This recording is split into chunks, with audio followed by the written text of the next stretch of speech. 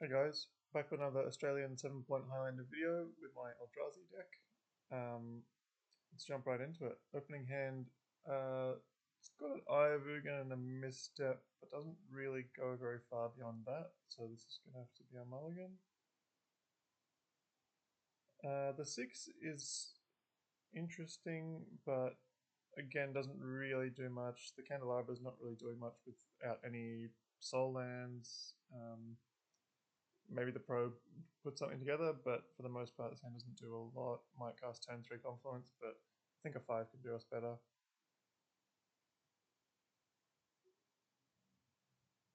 This 5 is pretty interesting. It has Fleshraker plus Cradle, which is a good combination to really make a crazy amount of mana. I think on that basis, we're going to keep and try and maximize the mana output this hand can do, and just hope to draw a big fatty that'll help us seal the deal with this game.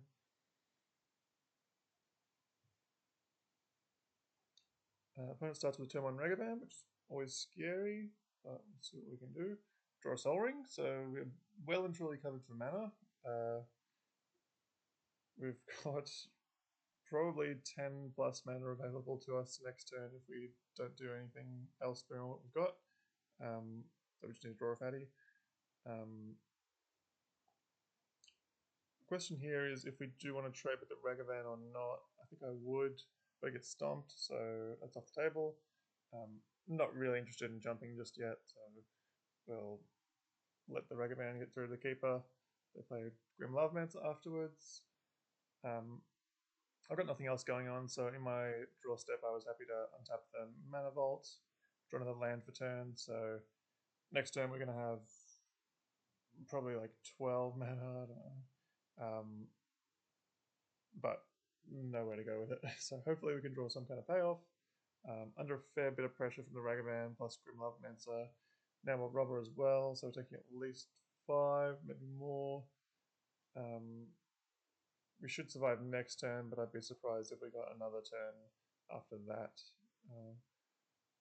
Good old Goblin Guide post-combat off of the treasure, and draw a Talisman. Really, yeah, 3 or 4 draw steps where we haven't found anything significant to contribute to the board, so we're in a bit of trouble.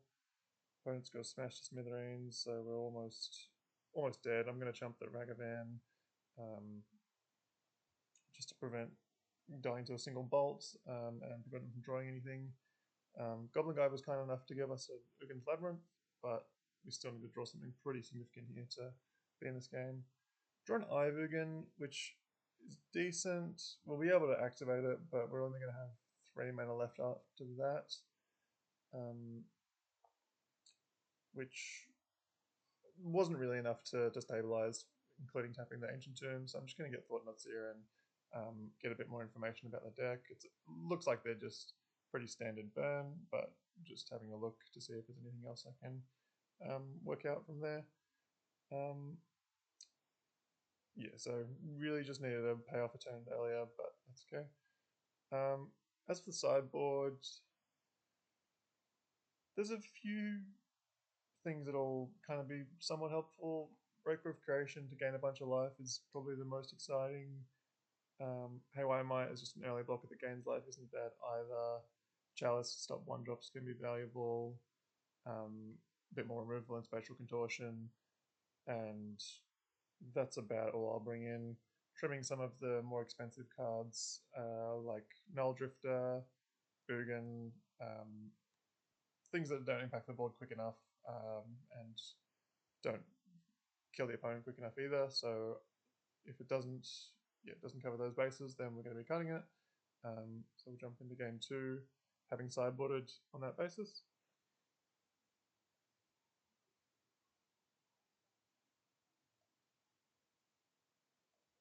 Take the play. We get a fascinating opener here. If I can play turn 1 to Haywire Might and it survives, then I can go Tolarian, make 3 mana, Kozilek's Command, hopefully kill your 1-drop and scry 1, draw 1, and then the following turn I can play Thought-Knots here. So the hand's very good if they just play out creature on turn 1 and turn 2. If they kill the Haywire Might and I don't draw a land, then this hand, I guess it cycles Kozak's Command and hopes the best. But yeah, it's not without its issues, but I think it's good enough on the basis that that Thought-Knot's very good in the matchup, good bits of removal, and if I do get to Forsaken Monument, I can stabilize very well with the life gain available there. So I'm going to keep this hand, but it's not without its issues. Play out the Haywire Might, cross my fingers and hope it doesn't get bolted. It seems to make it through this turn, which is good. I play Swift Spear, which is perfect for my Kozak's Command. I attack him with the Might, knowing that I won't be blocking. They play land and fetch, play an Inti. I can either Kozak's Command kill the Swift Spear or just Contortion the Inti now. We'll start with the Contortion on the Inti just so I've got more options with the K command later on. I'll take my damage, of course. Draw City for turn, but I don't want to play it just yet. I want to make it my last land so I don't end up sacking it. I've got plenty to do with my mana, so I want to just make sure it sticks around for a little bit longer. And this turn I still get to play my Thought-Knot, so that's great. So cast Thought-Knot, and we'll be attacking with the Haywire Might. Thought-Knot sees Broadside Bombardiers, Eidolon, Fire Blast, Curse Scroll, and Sokenzen. I take the Bombardiers. The Fire Blast isn't active yet because he hasn't got 2 mountains. Curse Scrolls, if they spend 4 mana to kill the Haywire Might, that's okay. And I can also, if I find a green source, I can kill the Curse Scroll. And then Eidolon's not really too impactful against either of these spells. So happy to just take Bombardiers in case they find something good to fling. I think we've all played against Bombardiers enough now to know how quickly it can go out of hand, so just not going to take that risk.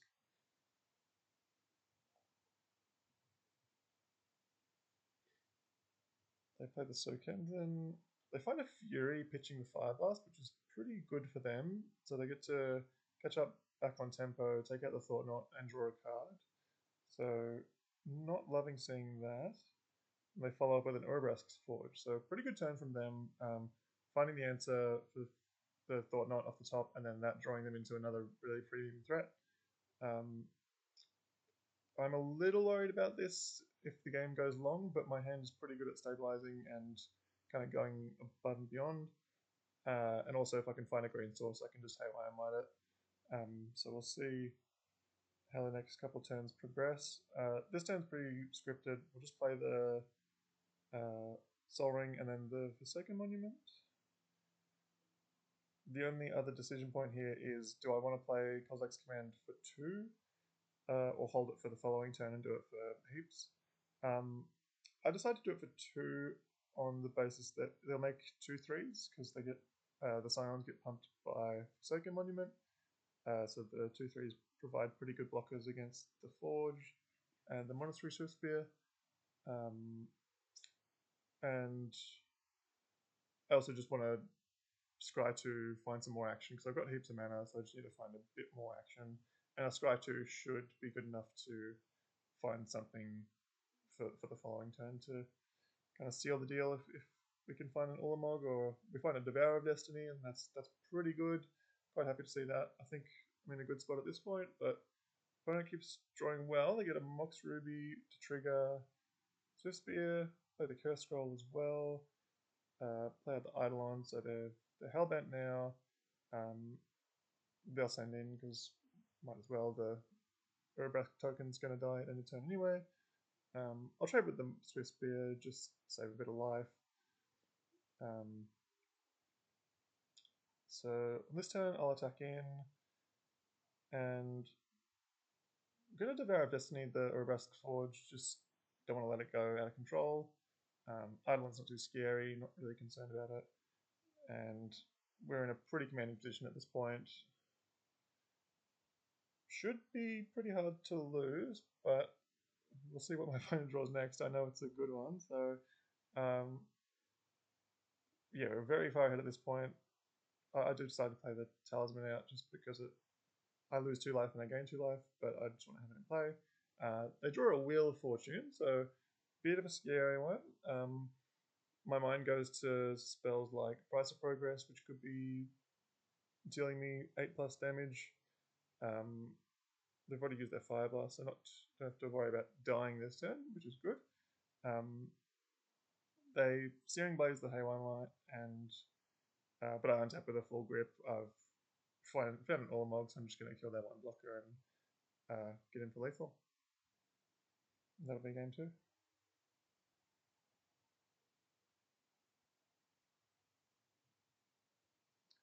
So that brings us to game 3 on the draw.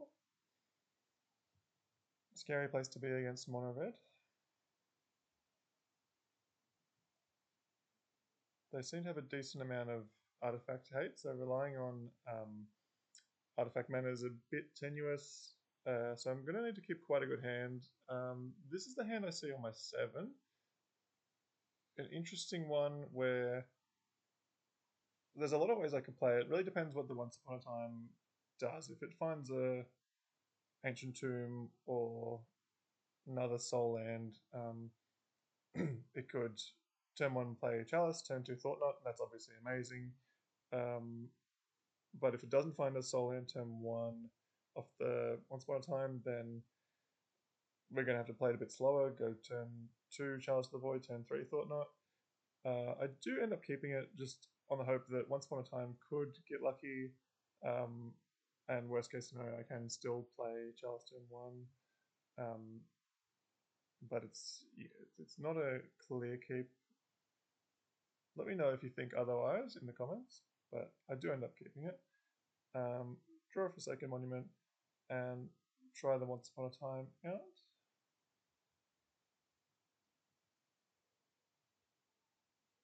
Does find a Soul Land, but not the Soul Land I need. Uggin's Lab can't turn it on because I don't have a 7-drop colorless spell. I will still take it and hope to draw something big.